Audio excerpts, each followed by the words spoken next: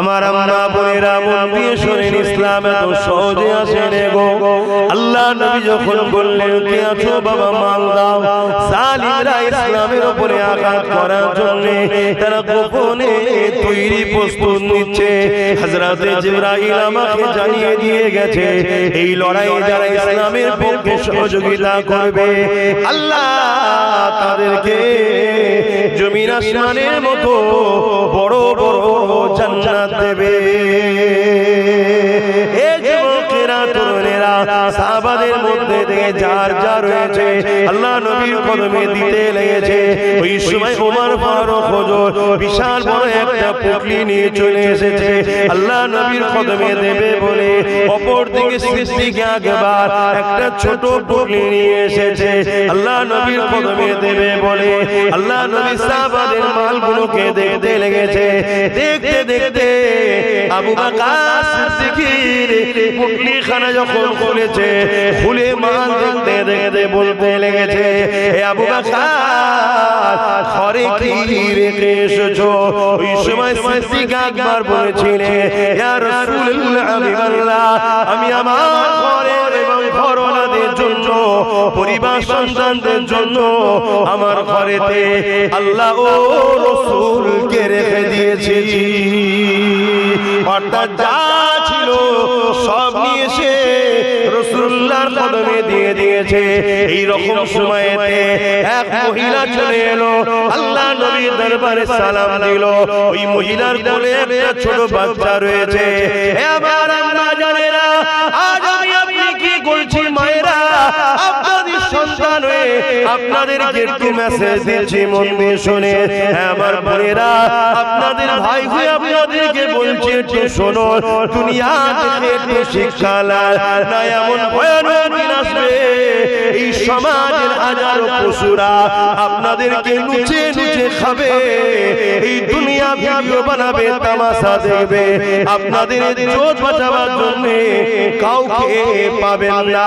কেননা মা পবিত্র হলে তবে তো সালাউদ্দিন আইবির মতো সন্তান হবে। মা পবিত্র হলে তবে তো মুজাহিদের মতো সন্তান বেরোবে। মা পবিত্র হলে তবেই তো নাই সন্তান পাওয়া যাবে। এ যুবকেরা, আজ তো তারা বিনা ঔলাদ হিসাবে আপনাদেরকে বুঝাতে চাইছি, কাল হয়তো কেউ বুঝাবার আর বাকি থাকবে না। আজকে তবুও তো কোনো মায়ের বেটা নওশাদ নামে লড়ছে তোমাদের হয়ে। কালকে এটাও থাকবে না যদি তোমরা না জাগো। শুনছো তো? আর যদি জাগো, হাজারো নওশাদ তৈরি ওই নওশাদই করে দিয়ে যাবে। শুনছেন? আর নওশাদের কথা বললাম, অসুবিধা নেই না? ফতোয়ায় অসুবিধা নেই তো? বাকি কার অসুবিধা উনি আমি চিন্তা করি না, আমি ফতোয়ার কথা জিজ্ঞেস করছি। হ্যাঁ, কথা ঠিকই, যার অসুবিধা সে বাড়ি থেকে শুনে। ঠিকই বলে, বুঝি বলে। যাক, ছেলেগুলো আমার ভাই আমার জাগছে, তার আলহামদুলিল্লাহ। আর এই জাগাচ্ছি বলেই তো অনেকের রাগ হচ্ছে আমাদের উপরে না, যে বেশ ঘুম পড়িয়ে রেখেছিলাম ৭৯ বছর ধরে, এরা হঠাৎ করে নেতা হবার স্বপ্ন দেখলো। এতদিন ছিল আমাদের কর্মচারী, কখনো এই কোম্পানিতে, কখনো এই কোম্পানিতে, কখনো ও কোম্পানিতে কর্মচারী। কি হঠাৎ করে এরা বলছে না ভাগ দিতে হবে, মালিক হবো, চেয়ার আমারও থাকবে, তাতে 10% হোক, কিন্তু আমি মালিক হব। এই স্বপ্ন হঠাৎ করে এদের মাথায় ঢুকালো কে? একটু আওয়াজ দেবেন কে ঢুকিয়েছে? তাহলে কম গাল আমায় খেতে হয় না, মনে রেখে দিয়ে। অবশ্য আমাকে পাই না তো, আমার ওই সাথে আলামিনটাকেই তুলে দেয়, মনে করো ওইটাই তোলার সাথে কবিতা পড়া শুরু করবে। কিন্তু কি হবে, কার কিছু হবে? কিন্তু আল্লাহ দিয়া মুখ না পাক করলি কি জবাব আল্লাহর কাছে দিতে হবে। আল্লাহ নবী দরবারে একজন মহিলা এসেছে, কোলে একটা বাচ্চা নিয়ে। ভাবো কত কষ্ট করে ইসলাম, এটা আল্লাহ নবীকে বলছেন হুজুর শুনলাম আপনি ইসলামের জন্য, ন্যায়ের জন্য, সত্যের জন্য, মানবতার জন্য, গরিবদের জন্য, মুসলিমদের জন্য, জালিমদের বিরুদ্ধে ডিফেন্সে নামার জন্য আপনি মাল সংগ্রহ করছেন। আল্লাহ নবী বললেন জি হ্যাঁ সংগ্রহ করছি। তো হুজুর আমি কিন্তু শরীক হতে এসেছি, কি দেবে? হুজুর আমার এই বাচ্চাটাকে দেবো। জোরে বলুন সুবহানাল্লাহ। মা শোনেন, আর আজকের মায়েরা কি বলছে? যাসনি, আব্বাস সিদ্দিকীর সঙ্গে যাসনি, জেল হয়ে যাবে, কেস হয়ে যাবে, কি বলছে না বলেন, কাজ বন্ধ হয়ে যাবে। মা কিয়ামতের দিন ওই ছেলেই জাহান্নামের কারণ হবে না তো তোমার? কি বলছি শুনছেন তো? কিয়ামতের দিন ওই ছেলের কারণে তোমার জাহান্নাম যাওয়া হবে না তো? কেন কিয়ামতের দিন অনেক বাপ মা জাহান্নামে যাবে, নিজে ভালো ভালো করেছে, কিন্তু বিচখানে ছেলে এসে দাঁড়িয়ে যাবে, আল্লাহ আমি পাপ করার পিছনে আমার বাপ মার হাত রয়েছে, আমার বাপ মা আমাকে ন্যায়ের পথে যেতে দিত না, ন্যায় কাজ করতে দিত না, আল্লাহ আমি একা কেন যাব, এদেরকে আমার সাথে দেন। আল্লাহ বলবে ফেরেশতা আমার বান্দা সত্য বলছে, ওই সন্তানের সাথে তার বাপ মাকেও জাহান্নামে যাবে। শুনছেন? অথচ ইতিহাসের পাতায় আমরা দেখেছি, আপনারাও শুনেছেন, বদরের ময়দানে যখন সাহাবারা চলে যায়, ওই সময় আমার রাসূলুল্লাহ ছোট ছোট সাহাবা, একজনের নাম মাস আর একজনের নাম মুআজ, এই দুই ভাই পরে এসেছে, এসে আম্মাকে জিজ্ঞাসা করতে লেগেছে, আম্মা মদিনার নববী শরীফের মসজিদে আল্লাহ নবীকে দেখতে পেলাম না, এবং নবী পাকের যুবক সাহাবাদেরকে দেখতে পেলাম না। আম্মা জান কোটি কত মুরব্বি সাহাবারা মদিনার নববী শরীফে রয়েছে, আম্মা জান আল্লাহ নবী কোথায় গেছে আপনি কি বলতে পারবেন? আমার রাসূলুল্লাহ সাহাবারা কোথায় গেছে আপনি কি বলতে পারবেন? ওই সময় মা চোখ ভরা পানি নিয়ে বলছে, বাবা ছেলে রে, ওই সন্ত্রাস জালিম আবু জেহেল যে মক্কা জমিন আল্লাহ নবীকে কত জুলুম করেছে, মক্কা ছেড়ে দিয়ে নবী আমার ইয়াসরিবে চলে এসেছিল, কিন্তু মক্কা থেকে আবু জেহেল 1000 সৈন্য নিয়ে মদিনার উপরে হামলা করবে বলে আগে এসেছে। এই জন্য রাসূলুল্লাহ তিনার যুবক সাহাবাদেরকে নিয়ে মদিনার উপরে যাতে হামলা না করে দেয়, রাস্তায় তাদের সঙ্গে সুলহ করার জন্য, মীমাংসা করার জন্য, তাদেরকে রুখার জন্য আল্লাহ নবী যুবক সাহাবাদের নিয়ে গেছে। এই কথা শোনার সাথে সাথে আল্লাহ নবীর ওই দুটো ছোট ছোট সাহাবা হযরতে মাআজ আর মুআজ তখন বলেছিলাম, মাআজ বড়দের শুনেছিল এর ময়দানে বড় বড় অস্ত্র থাকে, ঘোড়া থাকে, আমি আপনার কাছে ঘোড়া চাইছি না মা, মারে ছোট ছোট কি দুটো ছুরি পাওয়া যাবে না? মা জিজ্ঞাসা করতে লেগেছে কি করবে বাবা? ওই সময় বাচ্চা দুটো বলতে লেগেছে, মারে আল্লাহ নবীর দুশমন আবু জেহেলকে জনমের মতো দুনিয়াতে বিদায় করে দিতে চায়। ওই বাচ্চা দুটো বলতে লেগেছে, মা আমার রাসূলুল্লাহকে মক্কাতে আবু জেহেল কম জুলুম করেনি, আমার নবীর পিঠের উপরে 50 বার বড়ি চাপিয়েছে, আমার নবীর রাস্তাতে কাটা বিছিয়েছে, এই আবু জেহেল বাহিনীর আমার নবীর উপরে আঘাত দিয়েছে, আমার নবীর দান্দা মোবারককে শহীদ করেছে, আমার নবীর উপরে জুলুম করেছে, আমার নবীর উপরে অনেক অত্যাচার করেছে। মা এই জন্য আজ যখন সুযোগ এসেছে আমরা আবু জেহেলকে দুনিয়া থেকে মিটিয়ে দিতে চাই। এই যুবকেরা তরুণেরা ভাবেন কোন জবানে এই কথাটা বেরোচ্ছে, কোন পাওয়ারে? এটা ইমানের পাওয়ার, ইমানের পাওয়ার। আর আজকে কোটি কোটি মুসলমান আজ আমরা মাথায় হাত দিয়ে বলছি আমরা কি করব? বলছি না বলে, অথচ আজকে লড়াই করতে হবে না, তোমাকে নেবে। আজকে শুধু যে যার গ্রামের গাদ্দার গুলোকে টাইট করে দিয়ে যে যার গ্রামে মজবুত হলি হয়ে যাবে। কথা বুঝছেন না? তাও আমরা মাথায় হাত দিয়ে বলছি কি করব আমরা? একটা গাছ লাগিয়েছো, যদি ফল না দেয় বলো বলো বলো, আল্লাহ আমাদেরকে রাখবে কেন? জালিমদের হাতে মিটিয়ে দেবে আল্লাহ।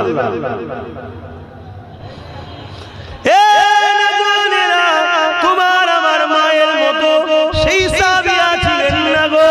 আল্লাহ নবীর ওই সাবিয়া, মহিলা সাবিয়াটা যখন নিজের বাচ্চা দুটো সন্তানের মুখ থেকে আল্লাহ নবীর এই প্রেমের কথাটা শুনলো, ওই সময় নবী পাক সাবিয়াটা বলতে লাগলে, বাবা ছেলে রে, আজ মা হয়ে নিজেকে বড় ধন্য লাগছে যে এমন দুটো সন্তানকে পেতে ধরেছিল, যে সন্তান আল্লাহ নবীর জন্য নিজের জান ঝুঁকিতে লাগাতে চেয়েছে। জড়াইয়ের ময়দান তো আর খেলা করার ময়দান নয়। বাবা ছেলে যাও, বাবা চলে যাও, বড় গর্বিত মা হিসাবে যাও, বাবা চলে যাও, চলে যাও, রাসূলুল্লাহ দুশমনের বিরুদ্ধে লড়াই করতে চলে যাও বাবা। ওই বাচ্চা দুটো বেরিয়ে পড়লো, লড়াইয়ের ময়দানে গিয়ে চাচাকে জিজ্ঞাসা করতে লেগেছে, চাচা আবু জেহেল কোনটা, আবু জেহেল কোনটা? চাচা দূর থেকে দেখাতে লেগেছে, ওই যে সাদা ঘোড়ার পিঠে উঠে রয়েছে ওটা হলো আবু জেহেল, যে কিনা তার ঘোড়ার পিঠে বসে রয়েছে লোহার ড্রেস গায়ে দিয়ে, এমন করে নিজেকে নিরাপদে রেখেছে। এই বাচ্চা দুটো সুযোগ খুঁজতে লেগেছে, চারিদিকে ঘোড়া ছুটতে লেগেছে। এই বাচ্চা দুটো সুযোগ খুঁজতে খুঁজতে কোনোভাবে যখন পারছে না, কেন আবু জেহেল ঘোড়া থেকে নামছে না, বাচ্চা দুটোর মাথার মধ্যে বুদ্ধি এসে গেল। ঘোড়ার পায়েতেই ছোট ছুরির আঘাত দিয়েছে, ঘোড়া জমিনে যে লুটিয়ে গেছে, আবু জেহেল যে জমিনের উপরে পড়ে গেছে, তার উপরে আঘাত দিয়ে শুরু করেছে। আঘাতের উপরে আঘাত দিতে লেগেছে, আবু জেহেলের ছেলে দেখতে পেয়ে গেছে, আগিয়ে এসে তরবারের আঘাত দিয়েছে। এই দুই বাচ্চার মধ্যে থেকে একজনের হাতটা কেটে জমিনে পড়ে গেছে। কিন্তু এই দিকে অন্য সাহাবারা আগিয়ে এসে ওই বাচ্চা দুটোকে সাইডে সরিয়ে দিয়েছে। অনেক বড় কথা, লড়াই শেষ হয়ে গেল, আবু জেহেল জনমের মতো জাহান্নামে চলে গেল। আল্লাহ নবী সাহাবাদের নিয়ে বসে আলোচনা করতে লেগেছে। এই দুই বাচ্চা তারা অনেকটা ক্ষত বিক্ষত হয়ে রয়েছে, তার মধ্যে থেকে এক ভাইয়ের হাতটা পর্যন্ত কেটে গেছে। এই অবস্থায় দাঁড়িয়ে হাত কেটে গেছে, ওই যন্ত্রণার কথা খেয়াল করেনি। বাচ্চা দুটো আগিয়ে এসে দুই ভাইয়ের মধ্যে কম্পিটিশন শুরু হয়েছে। এক ভাই বলতে লেগেছে, ইয়া রাসূলুল্লাহ হাবিবাল্লাহ, আপনার দুশমনকে আমি মেরেছি। আর একজন বলতে লেগেছে, ইয়া রাসূলুল্লাহ হাবিবাল্লাহ, আপনার দুশমনকে আমি মেরেছি। এই কম্পিটিশন হতে লেগেছে। হযরত জিবরাইল চলে এসেছে, এসে জানিয়ে দিল, ইয়া রাসূলুল্লাহ হাবিবাল্লাহ, এই বাচ্চা দুটোকে জানিয়ে দেন আল্লাহ পাকের দরবারে আবু জেহেলকে জাহান্নামে পাঠানোর পিছনে এই দুটো বাচ্চারই হাত আছে। আল্লাহ দুজনকে কবুল করে নিয়েছে। আল্লাহ নবীর নজরটা পড়লো ওই বাচ্চা ছেলের হাতে দিকে, যার হাতটা কাটা রয়েছে। ওই বাচ্চাকে বলতে লাগলো, বাবা কি হয়েছে? হুজুর আমার হাতের উপরে আঘাত করেছে, হাত আমার কেটে গেছে। আল্লাহ নবী সাহাবাদেরকে বললে, যাও বাচ্চাটার হাতকে খুঁজে নিয়ে আসো। হাত থেকে খুঁজে নিয়ে এসে ওই হাতের গোড়ায় হাত লাগিয়ে দিয়ে আল্লাহ নবী হাতটা বুলিয়ে দিল। আরে সার্জারি তো 150 বছর হয়েছে, আমিনার লালের হাত বুলানোর সাথে সাথে আমার আল্লাহ ওই হাতকে চূড়া লাগিয়ে দিয়েছে। আরো জোরে বলুন সুবহান।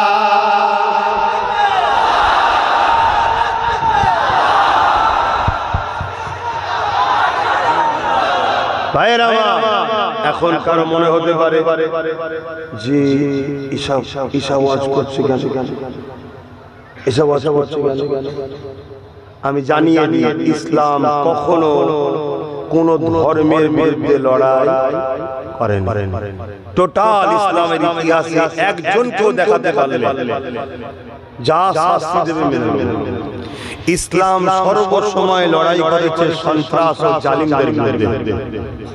কেউ যদি আজকে জালিমদের পক্ষপাতিত্ব নিয়ে ইসলামের এই আলোচনার বিরোধী করে, তার বিরুদ্ধেও তো আমরা যুদ্ধ করতে আছেন তো নাকি? আওয়াজ হালকা কেন? আছেন তো নাকি? তোর কথা আমরা পায়ের তলায় রাখি, তোর কথার কি হাইসিয়ত? আজকে পাকিস্তান যদি আর বেরিয়ে এসে আমার দেশের উপরে হামলা করে, আমরা কি বলবো? না না না, মানুষ হয় মেরুনি, এটা বলবেন নাকি?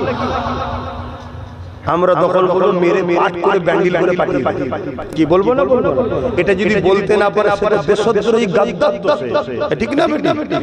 তাহলে দেশের জন্য দেশের বিদ্বেষী যে হবে তার বিরুদ্ধে লড়াই করা যেমন দায়িত্ব, তেমন মানবতাকে বাঁচাবার জন্য মানবতা বিরোধী যারা হবে তাদের বিরুদ্ধে লড়াই করার দায়িত্ব আছে না? সেদিন লড়াই হয়েছে মানবতাকে বাঁচাবার জন্য, ইনসাফকে বাঁচাবার জন্য, ইনসানিয়তকে বাঁচাবার জন্য। আবু জেহেল মক্কা থেকে 430 কিলোমিটার আগে সন্ত্রাসী করে মদিনার উপরে হামলা করার প্ল্যান করেছে। মদিনার নিজের রাষ্ট্র নবী বাঁচাবার জন্য প্রথমে সোলেতে এসেছিল, মীমাংসা এসেছিল। তারা যখন কোনোভাবে শুনলো না, হামলা চালিয়ে দিল, তখন রাসূল বললেন, বাবারা ডিফেন্স তো করতেই হবে। জোরে বলুন সুবহানাল্লাহ। আজ আমরা হাজারবার বুঝাচ্ছি, আসো মীমাংসায় আসো, মীমাংসায় আসো, মীমাংসায় আসো। আজকেও কেউ যদি মনে করে ক্ষমতার জোরে আছে, আবার আমাদেরকে বারবার হামলা করে, একবার ডিফেন্সে নামবই ইনশাআল্লাহ।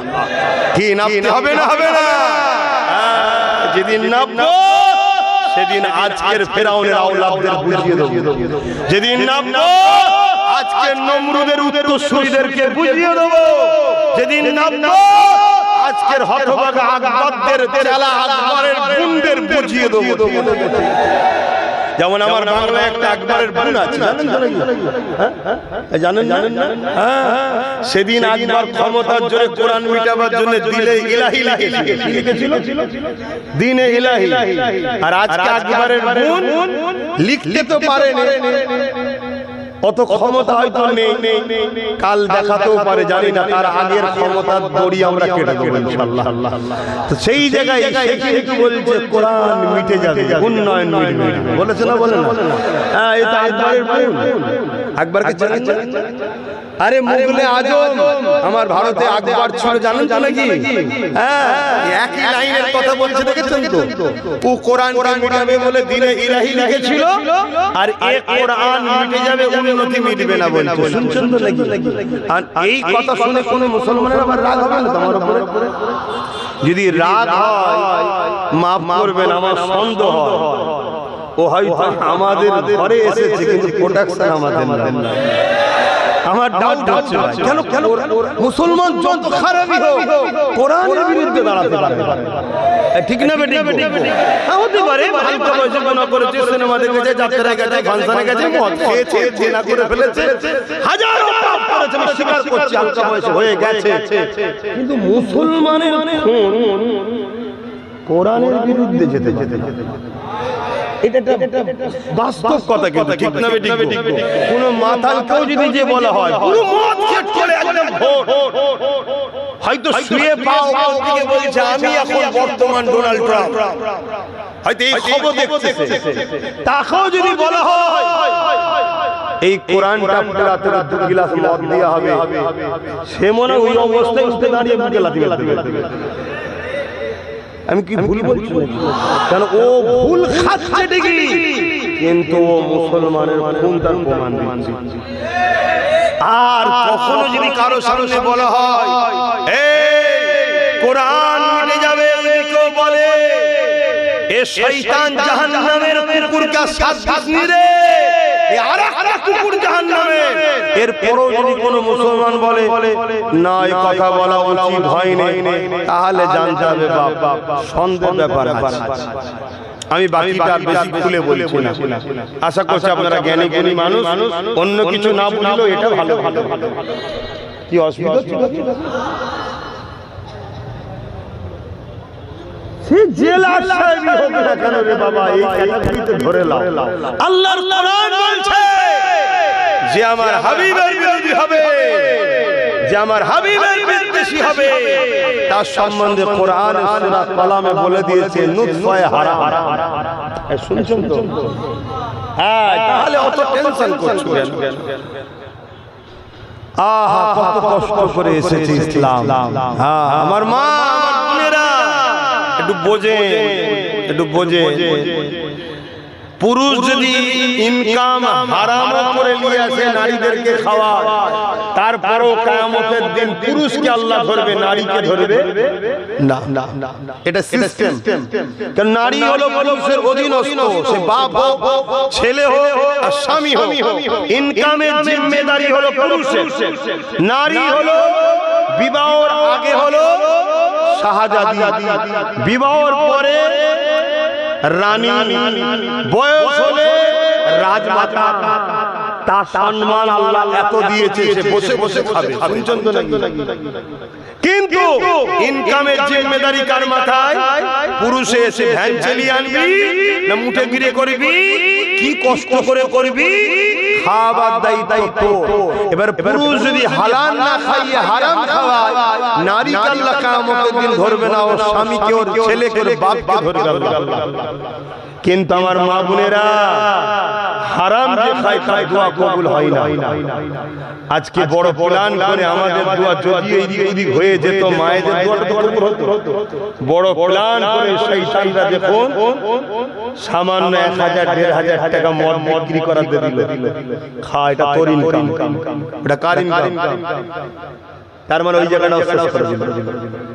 কিন্তু আমরা বুঝবো, আমরা ভাবছি আমাদের দরদি যদি হতো তাহলে তোমার বাচ্চাকে আইএস বানাতো, আইপিএস বানাতো, জজ বানাতো, ডিএম বানাতো, ভিডিও বানাতো, তোমার বাচ্চাকে এডুকেশন দিত, চাকরি দিত, তবেই তোমার দরদি হতো।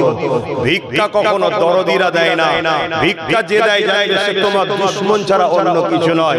আজ এ জাতি এত ভিখারি কেন? হাত পাতলি পাই বলে দেয়। দিয়া বন্ধ করে দিক সবাই, দেখবে সব ভিখারি কমে যাবে। এত যাকাত দেওয়া হচ্ছে, ভিখারি কি কমছে? কথা বলে হাত পাতলি যখন পায়, এর চেয়ে সহজ কি রাস্তা আছে? হাঁটবো কেন? মনে রাখবেন, এখন একটা পরিকল্পনা হচ্ছে আমাদেরকে মিটিয়ে দিবা। তাই আমি আর একটু ওখানে আগে যাচ্ছি। আল্লাহ নবী ওই বান্দিটাকে, আল্লাহ নবী ওই উম্মতিটাকে বলতে লাগলো, ওই মহিলাটা যে বাচ্চাটাকে কোলে করে নিয়ে বলতে লেগেছে, ইয়া রাসূলুল্লাহ, হাবিবাল্লাহ, আমি এই লড়াইয়ের জন্য এই বাচ্চাটাকে দান করতে এসেছি। একটু বলি না, কি হচ্ছে?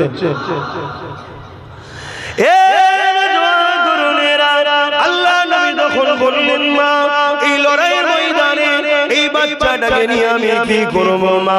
ওই মহিলা বলতে লেগেছে, ইয়া রাসূলুল্লাহ, হাবিবাল্লাহ, লড়াইয়ের ময়দানে আমার বাচ্চা হাঁটতে পারে না, আমার বাচ্চা তীর মারতে পারবে না, আমার বাচ্চা কোনো কাজে লাগবে না। ইয়া রাসূলুল্লাহ, হাবিবাল্লাহ, আমি জানি, তবে হুজুর এই বাচ্চাটাকে আমি আপনার কাছে দান করছি। আমার সাহাবা ভাইদের অনেকের ঢালাই বা আপনার সামনেতে যখন তীর মারবে আপনার দিকে, এই বাচ্চাটাকে আপনি ঢাল হিসাবে ব্যবহার করবেন। ওই জালিমদের তীর আপনাকে না লেগে এই বাচ্চাকে লাগবে। ইয়া রাসূলুল্লাহ, হাবিবাল্লাহ, কাল কিয়ামতের ময়দানে আমি মা আল্লাহ পাকে শুকরিয়া আদায় করে বলবো, ও রব্বি আল্লাহ, আপনি আমাকে একটা সন্তান দিয়েছিলেন, ওই সন্তানটা নাই সত্য ইনসাফের জন্য আপনার হাবিবের কাছে আমি ঢাল হিসাবে দিয়ে দিয়েছিলাম। এর উসিলায় আমি নাজাতের আশা রাখবো। আল্লাহ নবী বড় খুশি হলেন, বাচ্চাটাকে কোলে নিয়ে আদর করে ওই মাকে দিয়ে বলতে লাগলেন, মহিলা রে, এই বাচ্চাটাকে লালন পালন করে বড় করো। আমি রাসূলুল্লাহ দোয়া করি এই বাচ্চা একদিন ইসলামের মুজাহিদ হবে। মা মায়ের প্রেম দেখিয়েছে, রাসূল রাহমাতুল লিল আলামিনের বৈশিষ্ট্য দেখিয়েছে। আর আজকে আমাদের মায়েরা কি করছে বলো? কেন সহজে আমরা ইসলাম পেয়েছি, সহজ আমাদের খেয়ালি আজকে চারিদিক দিয়ে ঝাঁপিয়ে পড়ে ইসলামের উপরে আঘাত করা চলছে।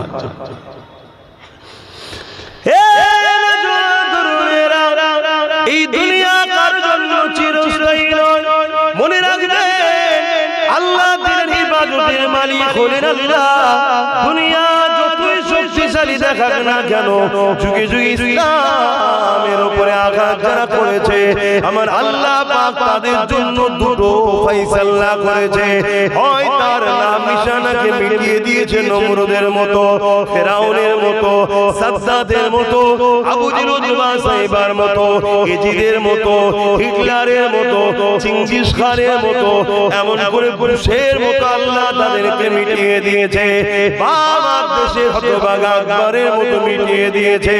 কিন্তু আর একটা ফয়সালা হলো, যারা ইসলামের বিরোধী করেছে আমার আল্লাহ তাদেরকে ইসলামের খাদেম বানিয়ে দিয়েছে। ইসলামের বিরুদ্ধে যুগে যুগে মানুষ লেগেছে, আজও লাগছে। আল্লাহ ইসলামের হেফাজতের দায়িত্ব নিজে নিয়েছে। কিন্তু মনে রাখবেন আমাদের একটা তো কর্তব্য দায়িত্ব রয়েছে। এই দায়িত্ব যদি পালন না করতে পারি আল্লাহ পাকের কাছে জবাবদিহি হতে হবে। যেমন ইসলামের বিরোধী করেছিল হযরত ফারুক আযম, তখন হযরতও ছিল না, ফারুকও ছিল না, আযমও ছিল না, শুধু নাম ছিল উমর, খাত্তাবের বেটা উমর।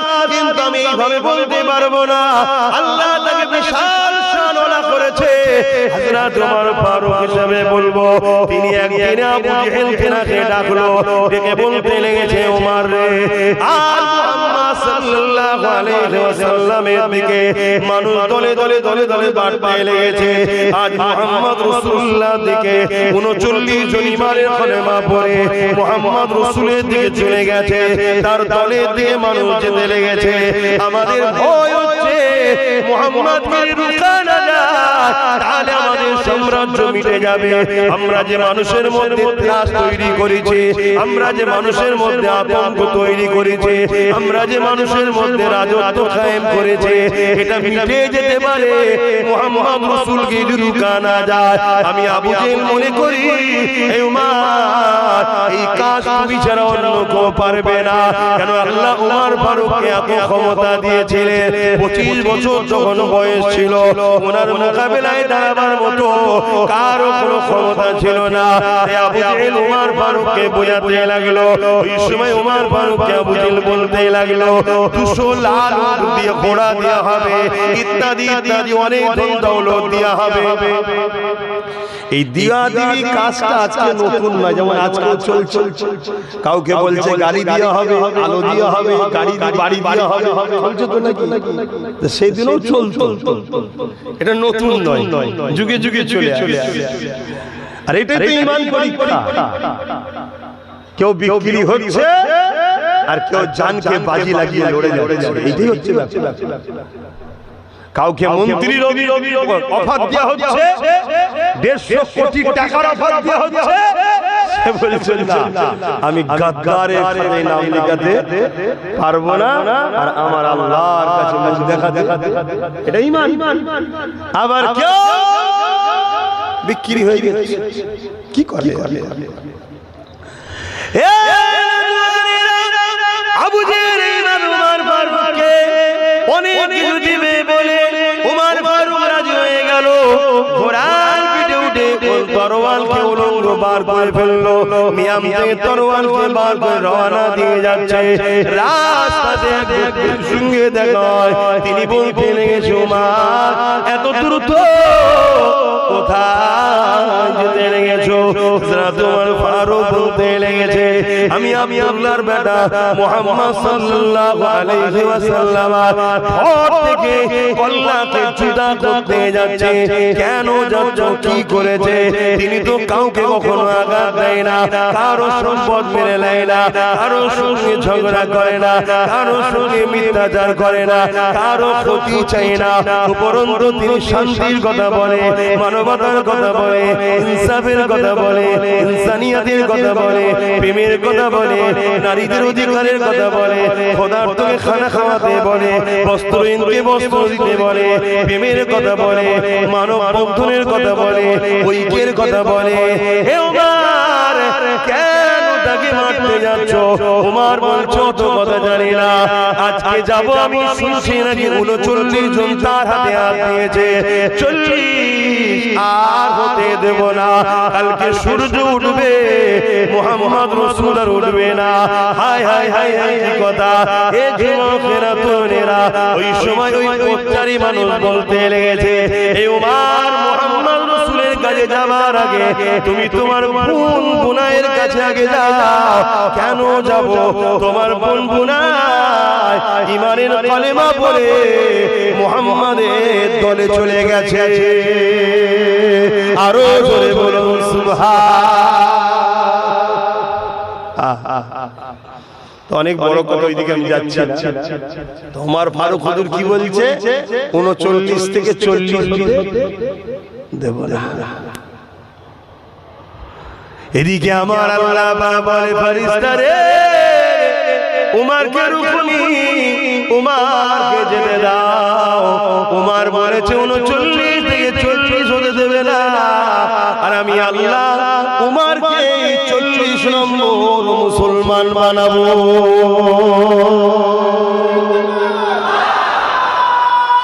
আল্লাহ, বাবরি মসজিদে যে আঘাত প্রথম দিয়েছিল তার দ্বারা 100 মসজিদ করাচ্ছে যিনি, তিনি কে? বলবেন তো জোরে। বাবরি মসজিদে প্রথম যে আঘাত দিয়েছিল তার হাতে আবার তার দ্বারা 100টা মসজিদ তৈরি করে নিচ্ছেন যিনি, তিনি কে? আরো জোরে বলেন কে? আল্লাহ আল্লাহ আল্লাহ। যে বুশ বলেছিল আমেরিকা ইসলাম রাখবো না, তার কন্যাকে ইসলামের মধ্যে ঢুকিয়ে কোরআনের হাফেজ যিনি বানিয়েছেন তিনি কে? কিন্তু আমাদের দায়িত্ব আছে না? আমার কাছে দামি জিনিসের যদি গুরুত্ব না বুঝি, কেড়ে লেগে অন্য কাউকে আল্লাহ দেবে, তোমাকে আমাকে মিটিয়ে দেবে। তাই নিজের দিনের গুরুত্ব বোঝো।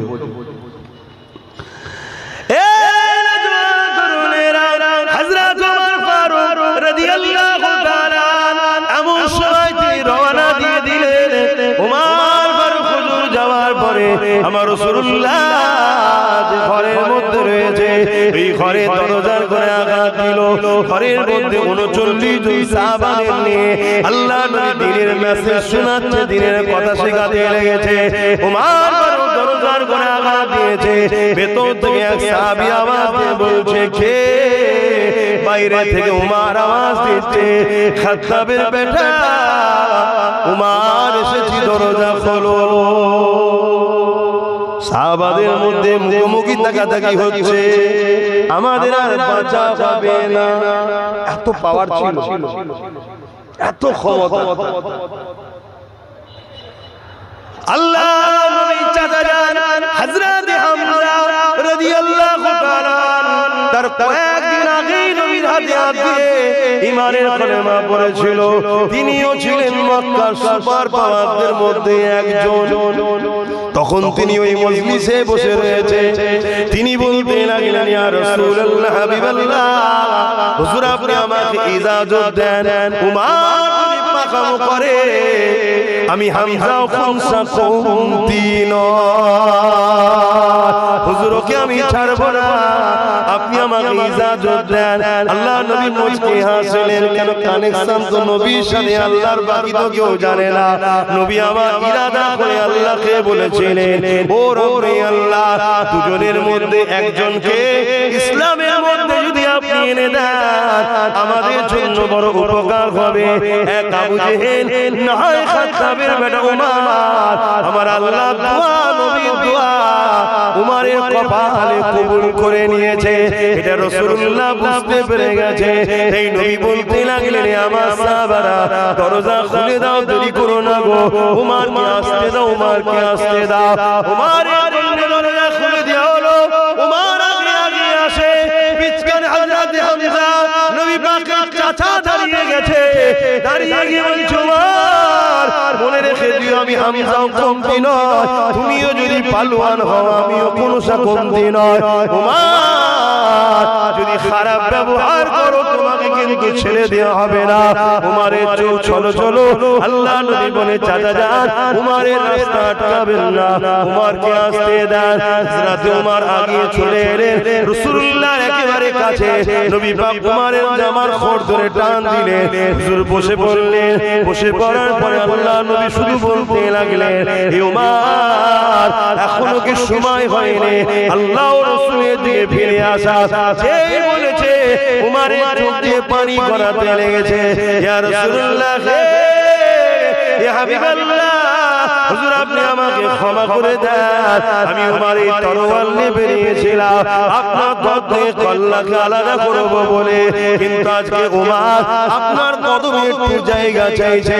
বাকি যতদিন বাঁচবো ইয়া রাসূলুল্লাহ আপনার গোলাম হয়ে পাহারাদার হয়ে থাকতে চাই। আরো বলুন সুবহান আল্লাহ। আল্লাহ দিন আল্লাহ ঠিক হিফাজত করবে, কিন্তু আমরা যদি দিনের ভালোবাসি আল্লাহ আমাদেরও হেফাজত করবে। কি করবে না? অতএব বাপ ভাইরা বোঝো, আমাদেরও কিছু দায়িত্ব আছে। আমি যদি উপকার করতে না পারি কসম ক্ষতি না করে আল্লাহ নবী বলেছেন মিসকাত শরীফের হাদিস, আমার একটা বক্তব্য খুব ভাইরাল হচ্ছে, আপনারা শুনেছেন হয়তো, প্রায় জায়গায় যে বিষয়টা খুলে খুলে বলে দিচ্ছি, আপনারা হয়তো শুনেছেন। কেন আমার বিষয় যখন ছড়াচ্ছে আমাকেই তো বলতে হবে নাকি?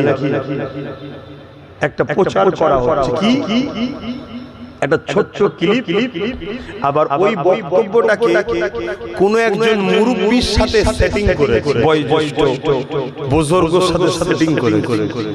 আমি বলেছি বিজেপি কে একই বলে, আমি বলেছি টিএমসি কে ভোট দেওয়া হারাম, আর তিনি বলেছেন দেওয়া চলবে। এই রকম একটা সেটিং করে বাজারে ছড়া দিয়ে বোঝাতে চাইছে, দেখো আব্বাস বলছে চলবে না হারাম, আর একজন বয়স্ক বুজুর্গ বলছে চলবে, কার কথা লেখা? এটা হলো জালিমদের একটা প্ল্যান। আপনারা কেউ শুনে দেখেছেন এটা? একটু হাকি না বলেন, দেখেছেন? যারা দেখেছেন হাত তুলে বলে ভিডিওটা দেখেছেন? যাক যাক, তাহলে আপনাদের মধ্যে একটা ভয় মানে আমাকে একটা চিন্তা হতে পারে। এটা খোলাসা করা দরকার আছে না? কেন বলেছি, কি জন্য বলেছি, এর আগে কি আছে পরে কি আছে একটু জানা দরকার আছে না? আপনারা আগ্রহ শুনতে, কারা শুনতে ইচ্ছুক আছেন হাত তুলে দেখান, লম্বা করে হাত তোলেন। যাক আলহামদুলিল্লাহ, তাহলে আমি আলোচনা করছি, কিন্তু তার আগে আমি যে কথাটুকু বলছিলাম, আচ্ছা একটু আগে সালামটা দিয়ে দিই, এই সময় যদি কারো ইচ্ছা না শোনার থাকে সেই সুযোগ আস্তে আস্তে চলে যাবে। কি বীজখানে ঢুকে পড়ে যাইতে বেচারি শুনতে চাইছে না, কিন্তু যে শুনতে চায় তাকে শোনানো দরকার। কেউ যদি শুনতে নাও চায়, আমার বিষয়ে যখন একটা প্রশ্ন চিহ্ন উঠছে, আমাকে খোলাসা করা দরকার আছে না? কেন? কেউ যদি আমি দোষী না হয়, আমাকে যদি দোষী বলে সন্দেহ করে, আল উলামা ইহনাতুল কুফরুন, উলামাদেরকে যদি কেউ ইহনাত করে সে কুফরি করলো। তাহলে খোলাসা করা দরকার, না হয় কওমের ছেলে ভুল রাস্তা চলে যাবে। তো তার আগে আসুন একটু সালাম দিয়ে নি। হে নবী সালাম,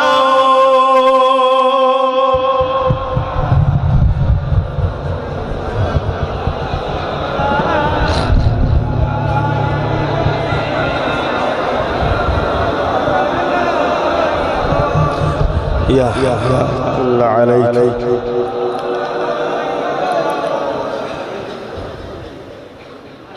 জোর করে কখনো ভালোবাসা হয় না, ওই জন্য আমি কখনো কাউকে জোর করে কোনো জিনিস দিতে চাই না। তাই আলোচনা করার আগে দাঁড় করিয়ে দিলাম এই জন্য, যদি কেউ অসুবিধে থাকে এই সুযোগে যাতে চলে যেতে পারে।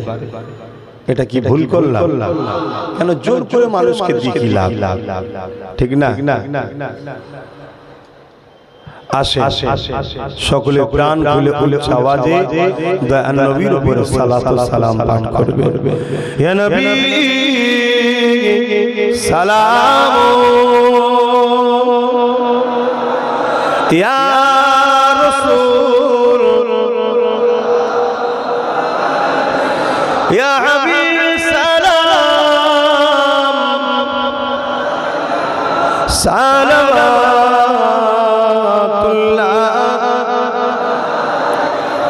কঠিন হাসরের দিনে কি আছে মোদের কপালে, গুনাহগার উম্মত আপনা লইবেন সঙ্গে এ মাশরে। নবী সালাম, ইয়া রাসূল সালাম,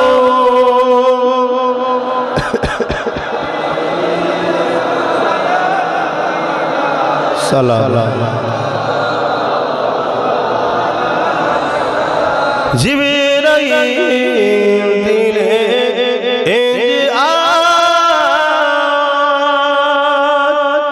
খুলে দাও আসমানের দুয়ার, এসেছে নবী ঈদের সরদার, করিতে আল্লাহ আরো দিদার। ইয়া নবী সালাম, ইয়া রাসূল সালাম, ইয়া হাবিব সালাম, সালাওয়াতুল্লাহ। সকলে বসে বিকামালিহি কাসাবাত তুজা বিজামালিহি হাসানাত জামিউ সালিহি সাল্লু আলাইহি ওয়া আলিহি। আল্লাহুম্মা সাল্লি আলা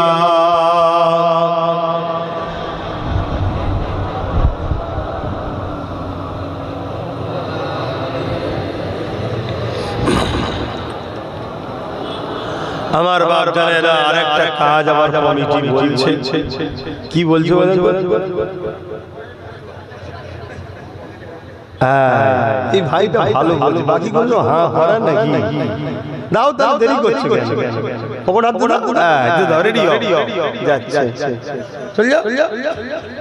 জেনে গেছে তো সব, একটু পকেটে হাত দিই হয়। एक मैं नहीं उन पर कुर्बान ज़माना है। बोलून ना सुभान अल्लाह, आरो जोरे बोले। एक मैं नहीं उन पर कुर्बान ज़माना है,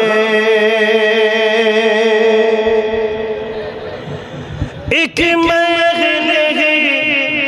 उन पर कुर्बान ज़माना है, कि मैंने उन पर कुर्बान ज़माना है। जो रब दो आलम का, जो रब दो आलम का महबूब गाना है।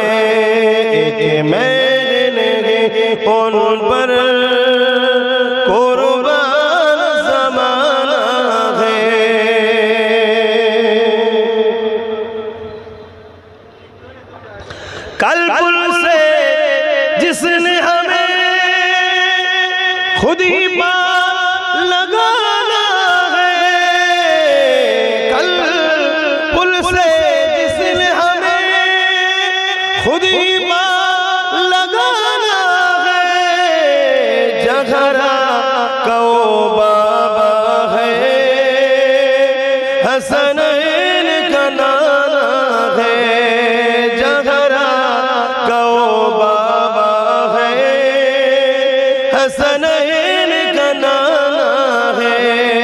एक महने उन पर कुर्बान ज़माना है। अल्लाहुम्मा सल्ली अला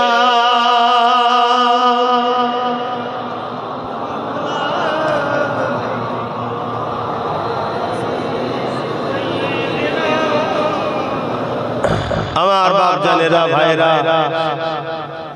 বিপদ না আসলে প্রকৃত আপনকে চেনা। আল্লাহ আমাদেরকে কখনো কখনো পরীক্ষা নেবে, সেই পরীক্ষা আমাদেরকে কিন্তু শুরু হয়েছে। এই জায়গায় এবারে আপনি আমি কোন কাতারে এর পরীক্ষা আল্লাহ নেবে। আসেন, একই কথা বারবার আপনাদেরকে বলছি, এতে আপনারা বিরক্ত হচ্ছেন না?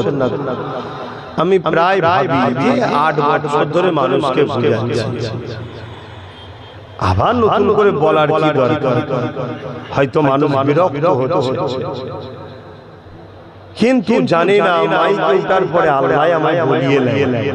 আমি ইরাদা করে এসেছি এক, আর উঠার পরে হয় কথা কিছু শুনছেন, তা আমি কি করি বলে? অথচ আমি যে রাস্তায় চলছে, রাস্তায় আমার দুশমন বাড়ছে না কমছে? বলুন বলুন বলুন। তারপরও কিন্তু সেই রাস্তাতেই আল্লাহ আমায় চালাচ্ছে। আলহামদুলিল্লাহ, অসুবিধা কিছুই নেই। পুরো পৃথিবী দুশমন হয়ে গেল, আমার কোনো যায় আসে না। আল্লাহ আমার জন্য যথেষ্ট। আপনি ভাবতে পারেন যে কি বলছে? হ্যাঁ, পুরো পৃথিবীও দুশমন হয়ে আমার কিছু করতে পারবে না। যেটা আমার আল্লাহ আমার তকদিরে লিখে রেখেছে সেইটাই। এটা ঈমান, এটা আপনাকে আকীদা রাখতে হবে। শুধু মনে রাখবেন, জুলুম করবেন না। জালিমের সাথে আল্লাহ নেই, মজলুমের সাথে আল্লাহ, গরীবের সাথে আল্লাহ, দুঃখীর সাথে আল্লাহ, অসহায়ের সাথে আল্লাহ আছে। জালিমের পক্ষে আল্লাহ না। সে জালিম যেই হোক, তার সাথে আল্লাহ নেই। আর আল্লাহ যার সাথে নেই, দুদিনের থামস আপ ঢালার মতো হয়তো একটু গেঁজা উঠবে, কিন্তু কিছুক্ষণ পরে আবার ঠান্ডা। থামস আপ ঢেলে দেখেছেন? হ্যাঁ, বলবেন তো দেখেছেন? খান নাকি আপনারা? থামস আপ খাবার আগে একবার থামস আপ কিনে নিয়ে টয়লেট হবে, ধুয়ার পরে খাবে। যদি বলেন কেন? একবার টয়লেট পরিষ্কার করবেন থামস আপ দিয়ে, কেমন চকচকে পরিষ্কার হয় দেখবেন। তাহলে যে জিনিসটা অ্যাসিড দিয়ে কি বলে টয়লেট পরিষ্কার হচ্ছে, সেটা আপনি পেটে দিচ্ছেন, আপনার পেটটা কি হচ্ছে ভাববেন না? তখন দেখবেন আর খাবেন না। এত খারাপ দেখুন, এই ঠান্ডা পানি, কমল পানি, এর চেয়ে বড় মারাত্মক খারাপ জিনিস আজকে যুবকদের সব কিছু শেষ করছে এই কোল বলে কমল পানি, যেটাকে বলা হয়, সেই পানি জিনিস আজকে শেষ করছে। এটা বিজনেস, মানুষ জাতিকে ধ্বংস করার একটা বিজনেস। পয়সা হচ্ছে, অথচ মানুষ ধ্বংস। তো যা খাবেন না, চেষ্টা করবেন। তা আমি যে কথা বলছিলাম, আমি জানতে চাইছি, আল্লাহ রাসূল বলছেন, আমি জানতে চাইছি, কেন্দ্র সরকার ওয়াকফ কালা কানুন করেছে 2025। এই বিষয়ে আপনারা সবাই জানেন। সে আইন এত মারাত্মক ভয়ঙ্কর আইন, যে আইনে আমার আপনার মসজিদ, কবরস্থান, ঈদগাহ, খানকা সব ধ্বংসের মুখে। অলরেডি বহু জায়গা বুলডোজার দিয়ে কবরকে প্লেন করে, মসজিদ ভেঙে, মাদ্রাসা ভেঙে শেষ করে দেওয়া হচ্ছে। পুরো দেশেও চলছে, আমার রাজ্যতেও চলছে। আমি জানতে চাইছি, এই ওয়াকফ কালা কানুন এটা নাই না অন্যায়?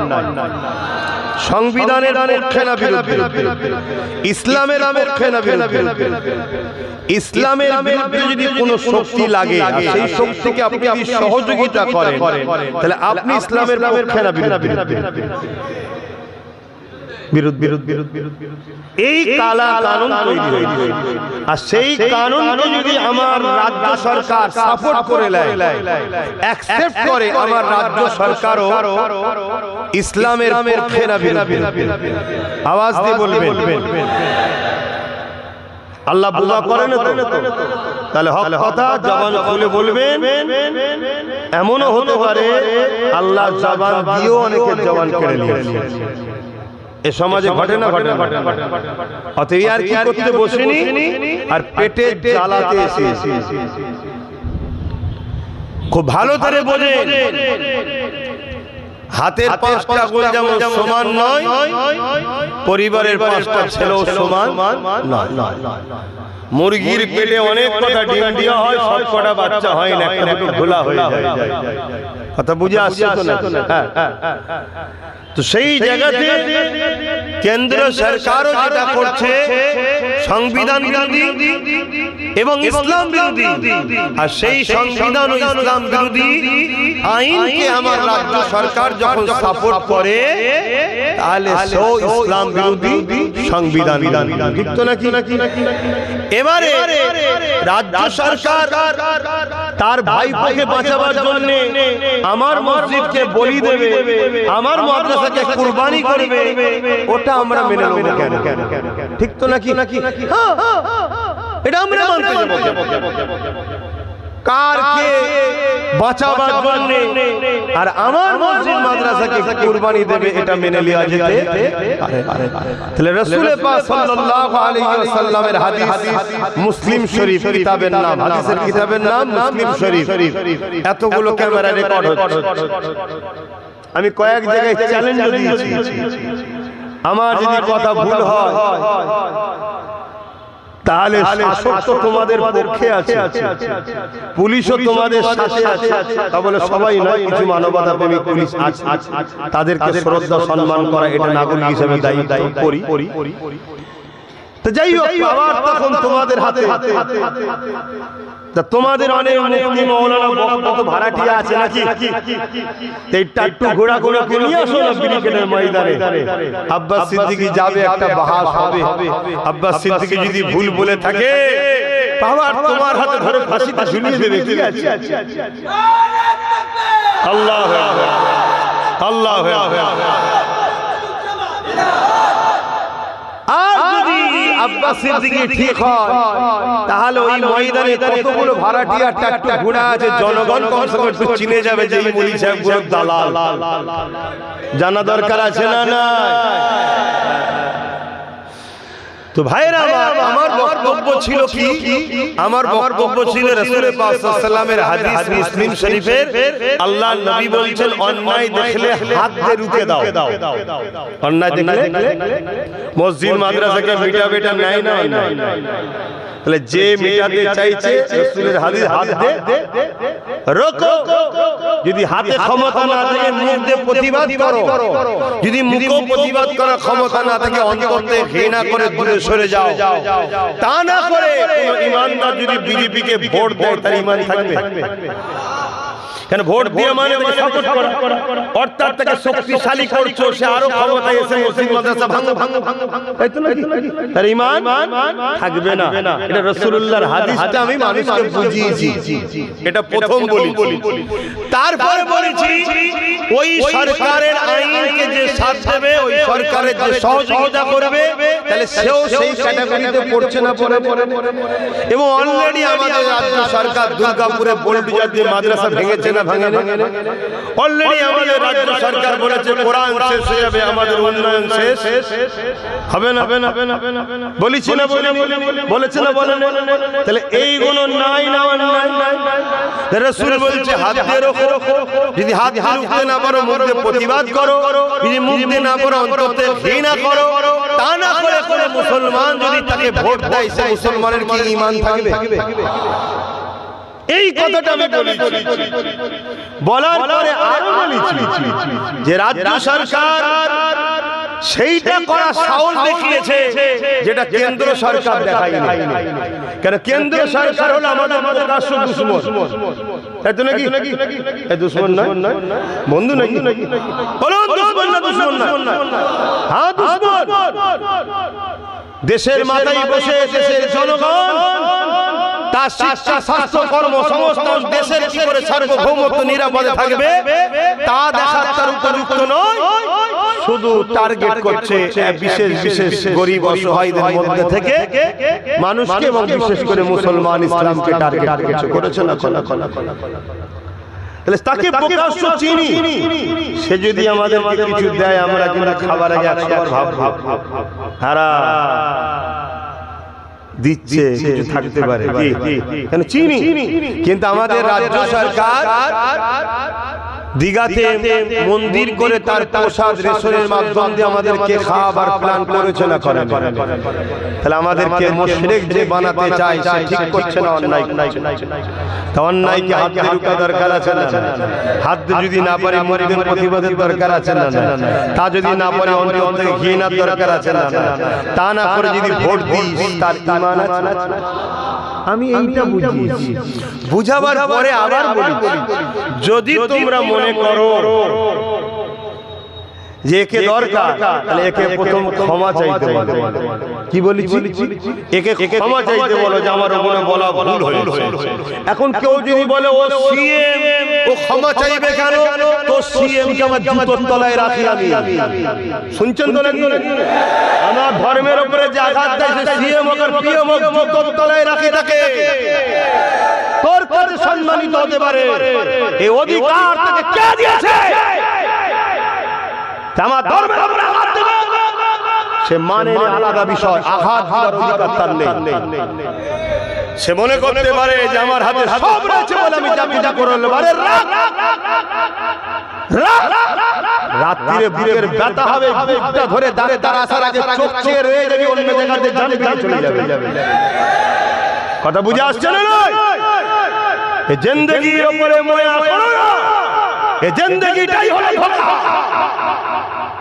মায়া আল্লাহ দ্বীনের উপরে করো, আল্লাহর উপরে ভরসা করো। অতএব যদি ক্ষমা চায় তাহলে ভাবা যেতে পারে, ঠিক তো নাকি? তবে কিন্তু ভাববো একটা শর্ত। কি শর্ত? চেয়ারের একটা পায়া দিতে হবে, চেয়ারে পায়া দিতে হবে, নচেত আবার ক্ষমা চেয়ে ফিরে এসে আরো গন্ডগোল করতে পারে। ঠিক তো নাকি? এই কথাগুলো বলা আমার কওমকে, আমার জাতিকে দরকার আছে না? এখন এই কথা বললে যদি তোমাদের কারো মনে হয় যে হুজুর সবই ঠিক আছে, জলসাতে বলছেন কেন? কারো মনে যদি জাগে, আমি তাকে বলবো, তোর কি কখনো মনে হয় না ও রাজনীতির নামে তো ধর্মে করছে? তাহলে জানতে হবে তোর গন্ডগোল পুরাই আছে। তোর আমারটা ভুল লেগেছে, ওটা ভুল লাগে না। কথা মাথায় ঢুকছে না? ঢুকে নেই। অতএব কার গন্ডগোল কার ঠিক আগামী দিন সব প্রকাশ হয়ে যাবে। এক কথা বুঝে আসছে? সেই দিন আসছে, আল্লাহ পাক আমাদের হেফাজত করছে, ফারাক হয়ে যাবে, দিয়াল উঠে যাবে। কিন্তু একটা কথা মনে রেখে দিও, লড়াইয়ের ময়দানে যাই না আলাদা কথা, চুপ আছে, কিন্তু ময়দান থেকে কেউ যদি হাফ রাস্তায় ফিরে চলে আসে তার তওবা কিন্তু মাফ হয় না। বলো, মসজিদ, মাদ্রাসা, কোরআন, দ্বীনের দুশমনদের বিরুদ্ধে লড়াই যদি হয়, লড়াইয়ে কারা লড়তে রাজি আছো? হাত তুলে দেখাও, হাত লম্বা করে তুলে রাখো, হাত নামাবে না। কেউ হাত হাতে বাকি আছে কি দেখো, ভেতরে কেউ আছে কি দেখো। গাদ্দার আমাদের মধ্যে দেখো, কোন গাদ্দার আছে?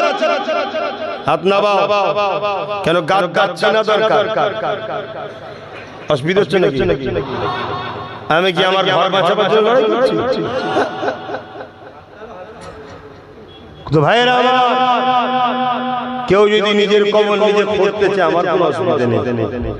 তো ভাইরা আমার, এই জায়গায় দাঁড়িয়ে থেকে আমার শেষ কথা আপনাদের কাছে রাসূলের পাক সাল্লাল্লাহু আলাইহি ওয়াসাল্লামের আরেকটা হাদিস আপনাদের শোনাবো না? রেখে দেবো। এখন আমি জানতে চাইছি, কেন্দ্র সরকার জালিম না জালিম নয়? ঠিক বলছে? হাত তুলে সাক্ষী দেন কারা জালিম বলে মানে। আমার রাজ্য সরকার জালিম না জালিম? কারা কারা মানেন হাত তোলেন। ঠিক তো? আল্লাহর নবীর হাদিস শোনো কি মিশকাত শরীফের হাদিস, যেটা ফাজিল ক্লাসে পড়ানো হয়। আলেম মিশকাত শরীফের হাদিস, যে হাদিসের মধ্যে আল্লাহ রাসূল বলছেন কেউ জালিম জানার পরও তাকে যদি সহযোগিতা করা হয়, আল্লাহ রাসূল বলছে সে মুসলমান, ইসলাম থেকে খারিজ হয়ে যাবে। শুনছেন? হ্যাঁ, কার হাদিস এটা? আবার রাসূলের কথা শুনছেন তো নাকি? এতগুলো রেকর্ড হচ্ছে তো নাকি? তোমরা যতটা না ফলো করে আমার আজকে শোনো, আমার যারা বিরুদ্ধে তারা কিন্তু আরো খুঁটিয়ে খুঁটিয়ে শোনে। কথা বুঝে আসছে? আর এটাও শুনে রেখে যাও 14 তলাতে বসেও শোনে। তো এই জন্য বলছি রাসূলুল্লাহর হাদিস কি বলল? যে জালিম সে জানার পরও তুমি তাকে সাথ দাও, তাহলে ইসলাম থেকে তুমি বেরিয়ে যাবে। যে ইসলাম থেকে বেরিয়ে যায় তার ঈমান আছে।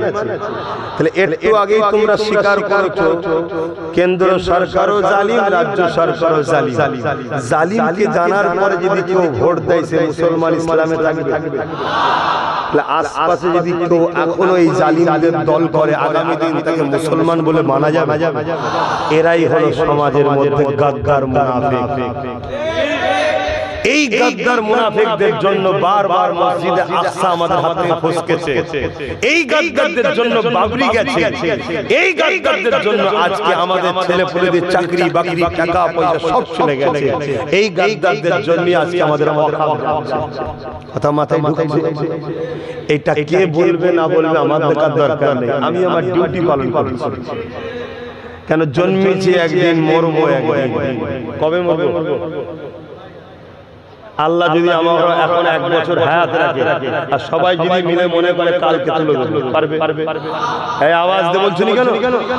এই জোরে বলো। হ্যাঁ, এটা হলো ঈমান। আর আল্লাহ যদি বলে কালকে লোবা, সবাই মিলে যদি বলে পরশুদিন লোবো, আমাকে একদিন বাঁচতে পারবে? তাহলে কেন দুনিয়ার পিছনে ছোট? কেন দুনিয়াকে ভরসা করো? হাসবুনাল্লাহু ওয়া নি'মাল ওয়াকিল, নি'মাল মাওলা ওয়া নি'মান নাসীর। মহান স্রষ্টাই একমাত্র আমাদের সাহায্যকারী। আর আল্লাহকে যে সাহায্যকারী হিসাবে পছন্দ করে, আল্লাহ তার জন্য যথেষ্ট। হে আমার আল্লাহ, আপনার উপরেই আমি ভরসা করে আছি। আপনি আমায় বাঁচিয়েছেন, আপনি আমায় বলাচ্ছেন, আপনি আমায় বাঁচিয়ে রেখেছেন। যেদিন আমার তকদিরে আপনি লিখে রেখেছেন, যেভাবে যেখানে যে টাইমে যে সেকেন্ডে, সেই সেকেন্ডেই আব্বাস সিদ্দিকীর মরণ হবে। পৃথিবীর কোনো বাপের বেটা আমাকে মারতে পারবে না।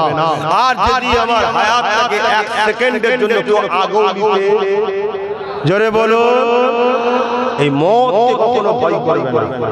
এটা এমন একটা সত্য, তুমি যদি পৃথিবীর বাদশা হও তাও তোমার মওত হবে, তুমি জেলার সাহেব হও তোমার মওত সেই টাইমে হবে। অতএব মওত নিয়ে কখনো ভাববে না, আর মওতকে কখনো ভয় করবে না। ভয় করো, জুলুম করবে না।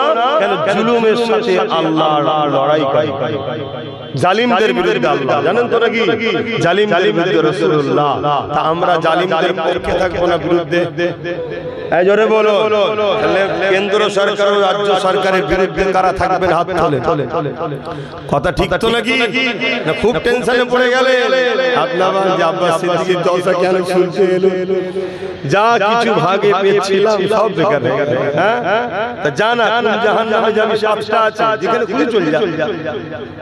কে আসতে বলে? কি গো অসুবিধা হচ্ছে? দ্বিতীয় কথা, এই জালিমদের বিরুদ্ধে ওয়াকাফের পক্ষে যে লড়ছে তার সাথ দেওয়া দরকার আছে না? তার নাম হলো পীরজাদা নওশাদ সিদ্দিকী। সাথ দেবেন না দেবেন না? কারা দেবেন? হাত তুলে দেখা, মনে থাকবে। হাত লম্বা করে তোলে। এবারে কেউ বাদ নেই তো? হ্যাঁ, যদি এখন 1000 টাকা দেয়, 10,000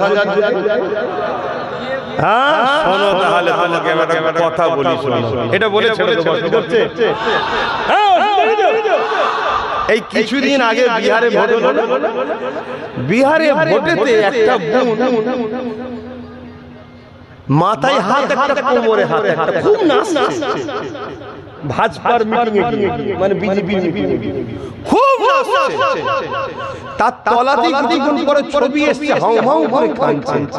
মিডিয়া জিজ্ঞেস করছে क्या बात है, क्यों रो रहे हो? बोलছে अरे यार भाजपा लोग ने 10,000 रुपया दिए थे, मैंने जाके डांस भी लगाया, वोट भी दे दिए, बाद में वो लोग जीत के हमारा ही घर कर रहे हैं। যদি তুমি 500 টাকা 1000 টাকায় বিক্রি হও হতে পারে, কিন্তু এই নাচা সব মিটে গেছে কেমন, তোমারও সব মিটে যাবে। আর আমার ইমাম ভাইরা হতে পারে চাপে পড়ে 5000 মাইনে হয়ে যেতে পারে, যা 2 মাসের জন্য 5000 করে দিবি যা চাপে পড়ে। তো 5000 এ যদি নেচে দিয়েছো তাহলে মনে রেখে দিও মসজিদে ঢুকে ইমামের জায়গা সেই দিন আসছে। ভালো চাও, ওই যে মুরব্বি বসে আছে দেখছো, 4টে পা চেয়ারে, একটা দরকার আছে আমাদের, তাই তো নাকি?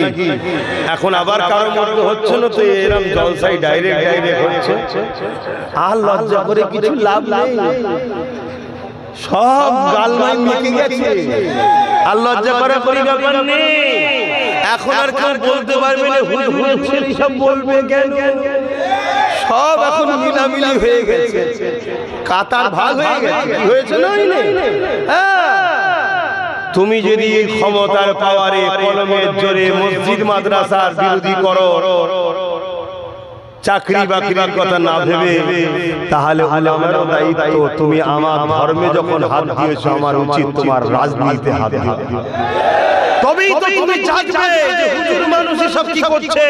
তখন আমি বলবো তুমি তোমার জায়গায় ফিরে যাও, আমি আমার জায়গায় ফিরে যাব, তখন এসে বলবো আল্লাহ আল্লাহ আল্লাহ আল্লাহ। তখন এটা কি?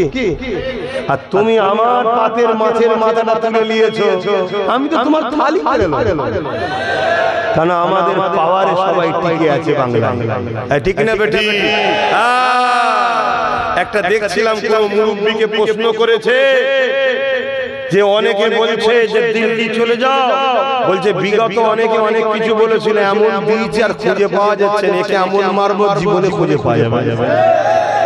কথা বুঝে আসছে তো? সেই জায়গায় আমার এই মেসেজগুলো আপনাদেরও ছড়াবার দায়িত্ব আছে না? রেকর্ড হয়েছে তো, ছড়াবেন, মানুষকে বুঝান, ঐক্যবদ্ধ হন। যেখানে মতুয়া আছে মতুয়ারা দাঁড়াবে, আমরা মুসলমান করি 30% তাকে সাথ দেবো।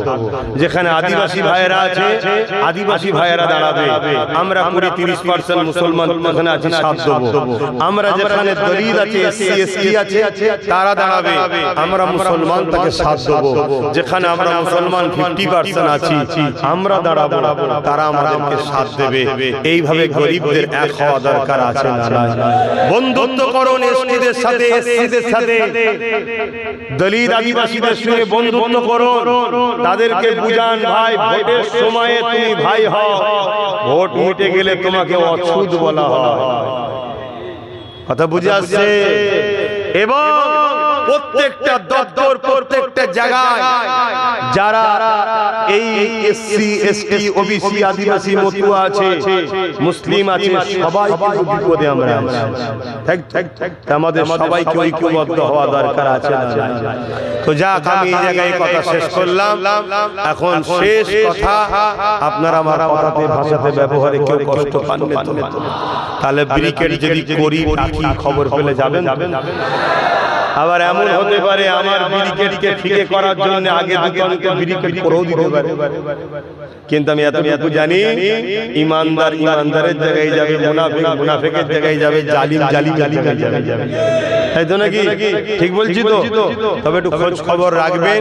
আর প্রতি শুক্রবার দিন আমি লাইভে বসি পিএবিএস ইউটিউব চ্যানেলে এবং পীরজাদা এমডি আব্বাস সিদ্দিকী পেজে। কয়েক সপ্তাহ বসতে পারিনি, গত জুম্মায় বসেছিলাম, গতকালকে আবার শুরু করেছি। আপনারা খেয়াল রাখবেন সন্ধ্যে 7টা 7:30টার মধ্যে বসি, প্রশ্ন করবেন, উত্তর দেবো। আল্লাহুম্মা আমিন। আয় আল্লাহ, আমার আব্বাগুলোকে নিয়ে বসেছি, ভাইগুলোকে নিয়ে বসেছি, বোনগুলোকে নিয়ে বসেছি, মাগুলোকে নিয়ে বসেছি, ছোট ছোট বাচ্চাগুলোকে নিয়ে বসেছি। মালিক, দুনিয়া আখিরাতের কল্যাণের কথা আপনি বলেছেন। আপনি বলেছেন রব্বানা আতিনা ফিদ দুনিয়া হাসানা ওয়া ফিল আখিরাতি হাসানা ওয়া কিনা আযাবান নার। দুনিয়ার ভালাইয়ের জন্য বলেছেন দোয়া চাইতে, আখিরাতের ভালাইয়ের জন্য বলেছেন দোয়া চাইতে, আযাবে জাহান্নাম থেকে বাঁচার জন্য দোয়া চাইতে বলেছেন। আল্লাহ, দুনিয়ার ভালাইয়ের জন্য দুটো কথা আলোচনা করেছি, আখিরাতের জন্য দুটো কথা আলোচনা করেছি। জাহান্নাম থেকে বাঁচতে গেলে ঈমান দরকার, মুনাফিকি বেঈমানি না করা, এটাও আলোচনা করেছি। এই সব আলোচনা আপনি দয়াময় দয়া করে কবুল করে নেন। যদি কিছু ভুল হয়ে যায় মাফ করে দিন, রহমত করে মেহেরবানি করে সব যদি দেন, এই সওয়াব নূর নবী দয়ার নবী হায়াতুন নবী হুজুরের পাকে সবটুকু পৌঁছে দিন। হুজুরে আব্বা জান না জান পরিবার সাহাবা সাহাবিয়া চার পিরানে পে হুজুরদের রুহের সব পৌঁছে দিন। খাস করে সুলতানে হিন্দ গরিবে নওয়াজ খাজা মুঈনুদ্দিন আজমিরি হুজুরের পাকে সবটুকু পৌঁছে দিন। আল্লাহ পাক আমাদের পীর ও মুর্শিদ আওলাদে রাসূল জাবানার মুজাদ্দিদ দাদা হুজুর পীর কিবলার পাকে সবটুকু পৌঁছে দিন। দাদা পীরের 5 কলিজার টুকরা খলিফা হুজুরদের রুহের সব পৌঁছে দিন। আয় আল্লাহ, এই গ্রামে আপনি শান্তি দিন, এই এলাকায় আপনি রহমত দিন, শান্তি দিন। আল্লাহ, আমার বাংলা জমিন আপনি শান্তি দিন, রহমত দিন। আল্লাহ, আমার দেশের বুকে শান্তি দিন, রহমত দিন। বিশ্বে মুমিন মুসলমানদের উপরে আপনি রহমত করুন, সাহায্য করুন। প্যালেস্তাইনবাসীর উপরে দয়া করুন, সাহায্য করুন। আল্লাহ, হিন্দুস্তানের মুমিন মুসলমান নরনারীদের জান মাল ইমানের সত্যি ইবাদত করো। আল্লাহ, আমরা ভুল করেছি, ক্ষমা আপনি করে দিন। আপনি গফুর, আপনি গফফার। আল্লাহ, আপনি আমাদেরকে একটা বার ক্ষমা করে সুযোগ দিন। আল্লাহ, আল্লাহ, আমাদের ভুল অনেকের ভেঙেছে। আল্লাহ, যাদের ভাঙিনি ভাঙিয়ে আপনি দেন। আল্লাহ, আল্লাহ, একটা বার আমাদেরকে ক্ষমা করে দিন। আল্লাহ, আল্লাহ, আপনি আমাদেরকে নিজেদের পায়ে দাঁড়াবার তৌফিক দিন। আল্লাহ, আয় আল্লাহ, জানি এই জমিনে আপনি একদিন হককে উঠিয়ে নেবেন, তবে মালিক আমাদের বাচ্চাদের কাছে হককে রেখে যাবার তৌফিক আমাদেরকে দেন। আল্লাহ, আয় আল্লাহ, দয়াময় দয়া করে আমাদের প্রত্যেকের জীবনের গুনাহকে মাফ করে দিয়ে গান ফাংশন যাত্রা সিনেমা জুয়া ব্যভিচারী মদ শরাব সমস্ত বুরাই খারাপ থেকে দূরে রাখেন। যদি কারো দ্বারা আমাদের ফিরে যায় আল্লাহ আপনি মাফ করে দিন। আল্লাহ, আয় আল্লাহর দোয়া চাই আমার মাতৃভূমি ভারতবর্ষকে আপনি সুন্দর রাখুন, নিরাপদে রাখুন, সার্বভৌমত্বকে আপনি নিরাপদে রাখেন। আমার দেশের সেনাবাহিনী, আমার দেশের ও রাজ্যের বিভিন্ন রাজ্যের পুলিশ বাহিনী, আমার দেশের বিএসএফ বাহিনী, তাদেরকে সুস্থ নিরাপদে রাখুন এবং নিরাপদে রেখে আল্লাহ তাদেরকে পরিবার বাচ্চাদের নিয়ে হাসি খুশিতে রাখুন। আয় আল্লাহ, আমার দেশের হিন্দু, আমার দেশের সাঁওতাল বাগদি দিলে মুচি মতুয়া এসসি এসটি ওবিসি সবাইকে নিরাপদে ভালো রাখুন। সবাই মালিক, আমরা মানুষ, সবাইকে আপনি সৃষ্টি করেছেন, সবাইকে সুন্দর রাখুন, সবার পরিবার বাচ্চাদের নিয়ে হাসি খুশিতে রাখুন। আয় আল্লাহ, দয়াময় দোয়া করি আপনার কাছে ভিক্ষা চাই, আমার নলেজ সিরিকে আপনি কবুল করে নিন। ওই নলেজ সিরিতে যারা পড়াশোনা করছে তাদেরকে ভালো রেজাল্ট করার তৌফিক দিন, কামিয়াবি করুন, দেশ ও সমাজের গর্ব বানান। আল্লাহ, আয় আল্লাহর দোয়া চাই দেশ ও রাজ্যকে জালিম হুকুমাতের হাতে হেফাজত করো আল্লাহর দোয়া চাই আমার ভাই নওশাদকে আপনি ন্যায় পরায়ণ করুন সত্যবাদী করুন মানুষের জন্য দেশের জন্য আল্লাহ তাকে রাজ ক্ষমতা দখল করার তৌফিক দিন তার সাথীগুলোকে আপনি কবুল করো আয় আল্লাহ লোভ লালসা থেকে আমার কওমকে ফিরে আসার তৌফিক দিন সামান্য পদের জন্য সামান্য লোভের জন্য দুনিয়ায় আমরা ধ্বংস হতে চলেছি আগামী দিন কোনো ভুল পদক্ষেপ যেন আমাদের না হয়ে যায় আল্লাহ সেই তৌফিক আপনি আমাদেরকে দান করুন আল্লাহ আপনি আমার আম্মা ভাই আল্লাহ আল্লাহ এই জিন্দেগি জীবন আপনি আমায় দিয়েছেন সবটাই আপনার যখন খুশি যেমন করে খুশি আপনি খরচ করবেন মালিক আমার তো কিছুই নাই তবে আপনি বলেছেন লা তাখনাতু মির রাহমাতিল্লাহ আমার রহমত থেকে নিরাশ হইও না তাই আপনার কাছে দোয়া চাই মালিক আপনি আমার উপরে নারাজ হয়ে যাবেন না আপনি আমার উপরে বেজার হয়ে যাবেন এই যে হাজারো মানুষ এখানে যায় এটা তো আপনার দয়া আপনার হাবিবের গোলামির জন্য আপনি এনে জড়ো করেন এদেরকে দুনিয়ায় শুধু কাছে পেয়েছি তা নয় আখিরাতে যেন আমরা এইভাবে একসাথে জান্নাতেও যেতে পারি আল্লাহ আল্লাহ এই ভিক্ষা আপনার কাছে রাখলাম আপনি কবুল করেন হাসবুনাল্লাহ ওয়া নি'মাল ওয়াকিল নি'মাল মাওলা ওয়া নি'মান নাসির হে আমার স্রষ্টা মালিক রব্বুল আলামিন আপনি আমাকে সৃষ্টি করেছেন আমি আপনার উপরে ভরসা করি আপনি আমার জন্যই যথেষ্ট আল্লাহ আপনার হাবিবের খাতিরে আপনি আমার জান মাল ঈমান ইজ্জত হেফাজত করবেন ঈমানের সঙ্গে মরণ নসিব করবেন দুনিয়ার কোন জালিমের কাছে মাথা নত যেন না করে ফেলি লোভ লালসায় যেন না পড়ে যায় ভুল ভ্রান্তি না করে ফেলি মালিক দুনিয়া বড় কঠিন জায়গা আল্লাহ আল্লাহ দুনিয়া করে তোমায় যেন ভুলে না যায় আল্লাহ তোমায় ভোলার আগে মরণ যেন হয়ে যায় আল্লাহ তোমার হাবিবের থেকে দূরে যাওয়ার আগে আল্লাহ মরণ যেন হয়ে যায় আল্লাহ তোমাকে তোমার হাবিব ছাড়া থাকতে যেন না হয় আল্লাহ আমি তোমাকে তোমার হাবিব ছাড়া কিছুই চাই না মালিক দুনিয়া জীবনে চলতে গিয়ে যেটা প্রয়োজন বলেছি আল্লাহ যেটা ভালো হবে সেটা করবেন তবে মালিক আপনাকে আপনার হাবিবকে কখনো যেন ভুলে না যায় এই দোয়া আমার জন্য আমার বাবা মা পরিবার বাচ্চা স্ত্রী আমাদের যতজন রয়েছে সবার জন্য সবার আত্মীয় স্বজনের জন্য এই দোয়াকে আপনি কবুল করে নেন আমিন আমিন আমিন আমিন বারহাকাল মাদিনা ইলাহা ইল্লাল্লাহ মুহাম্মাদুর রাসূলুল্লাহ আসসালামু আলাইকুম আমি যাব আমায় যেতে দেবে